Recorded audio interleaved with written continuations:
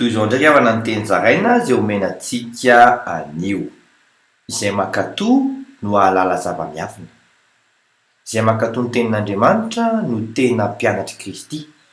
Araka ny filazantsara ny Jaona 9:1-3 amin'ny anaran'i Jesosy dia hoy Jesosy tamin'ny Jiosy: izay nino azy raha maharitra mitenika anareo dia ho mpianatra tokoa.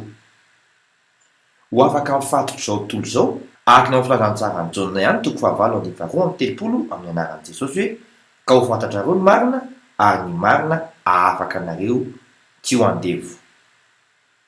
Ary alala ny fisainan'Andriamanitra koa ianao, araka ny ao amin'ny Korintiana 2:10 amin'ny anaran'i Jesosy dia isika ny nambaran'Andriamanitra izany tamin'ny fanahy, fa ny fanahy mamantatra ny zavatra rehetra na dia ny saina lalina izay an'Andriamanitra aza.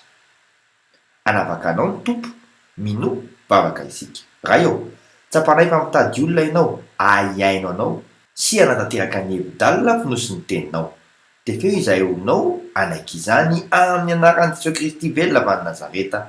Amen. Mandra-piano tompoko.